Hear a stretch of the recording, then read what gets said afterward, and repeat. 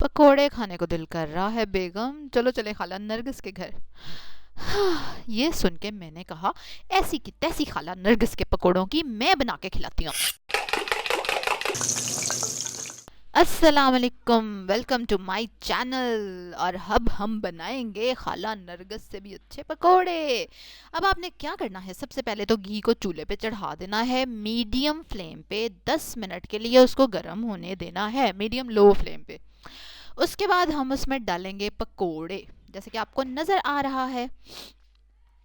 और इतने ज़बरदस्त कि ये पकोड़े बने थे बने थे जब बनाए थे। अच्छा, पकोड़े डालने के बाद आपने देखना है कि बबल्स आनी चाहिए। ये देख रहे हैं ना, बबल्स अगर नहीं आ रही तो इट मीन्स के ऑयल जो है वो सही गर्म नहीं है, और फिर आप उसमें पकोड़े नहीं बना सकते, उसको थोड़ा और गर्म होने दें।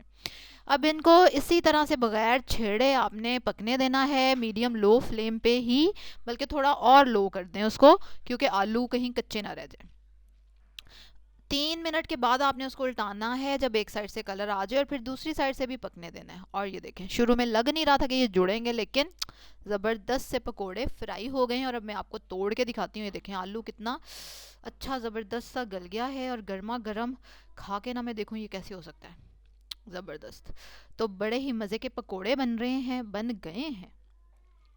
अब हमने एक पकोड़े को चेक कर लिया है कि वो गल गया है सही। अगर आपको लगे कि आलू थोड़ा सा कच्चा है तो आप उसको थोड़ी देर और पकने देंगे, क्योंकि आलू बड़े बड़े डाले हुए हैं हमने।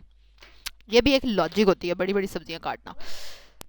और अब हम तैयारी करते हैं सेकंड बैच की। और ये पकोड़े इतने ज़बरदस्त बने थे, और आप देखेंगे, देखने में लगता है कि ये बैटर ऐसा ना खड़ा खड़ा सा है, और सब्जियां सारी अलग अलग नज़र आ रही हैं, और ये जुड़ेंगी नहीं, बिखर जाएंगी, लेकिन ऐसा कुछ भी नहीं हुआ।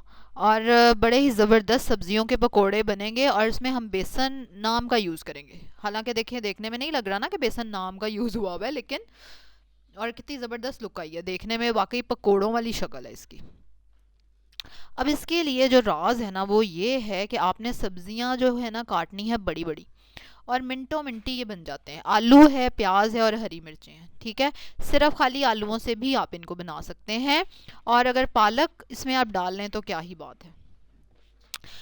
दूसरी चीज़ है इसमें कटिंग। अच्छा, ये 3 हरी मिर्चें, एक बड़ा प्याज है, और 4 दरमियाने प्याज हैं। अब प्याज की कटिंग चेक करें, साइज़ देख रहे हैं आप, ये देखें, इतना मोटा आपने प्याज काटना है, बिल्कुल बारीक बारीक नहीं काटना।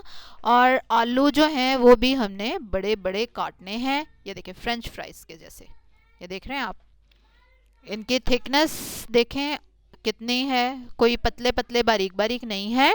और हाँ, इस तरह के ज़बरदस्त से आलू काटने हैं। कटिंग इज़ वेरी इंपॉर्टेंट, ठीक है। आपने इस तरह की सब्जियां काटनी हैं, और क्योंकि हमने इतनी मीनाकारी नहीं की तो जल्दी कट जाएंगी।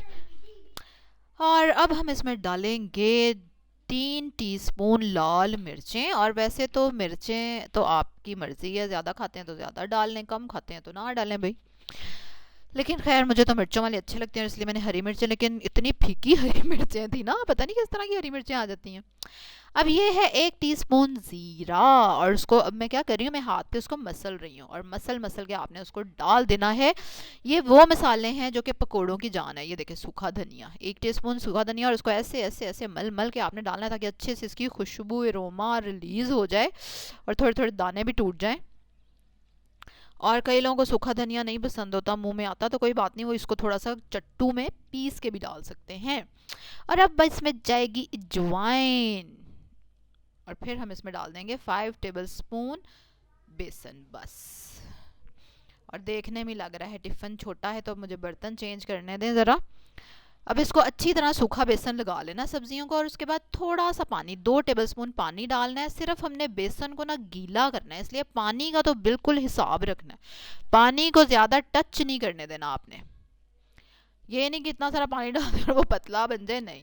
हमने सिर्फ गीला करना है सब्जियों को, इसलिए पहले सूखा बेसन हमने अच्छे से सब्जियों को लगा लिया था, ताकि अब थोड़ा थोड़ा पानी डाल के, अगर थोड़ा सा कम लगेगा तो मैं थोड़ा सा और डाल दूंगी।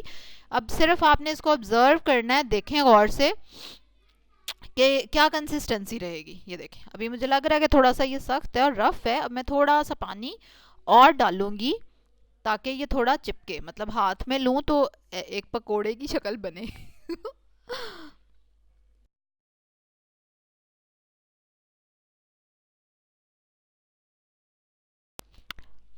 ये देखिए अच्छे से अब मैंने इसको मिक्स कर लिया। मैं थोड़ा सा पानी और डालूंगी, और बिल्कुल नाप के पानी डालना है, बिल्कुल ज़्यादा पानी नहीं डाल देना। और ज़बरदस्त सा बैटर रेडी, और देखा मिनटों में बन गया, और कोई ज़्यादा बेसन नहीं इसमें डला।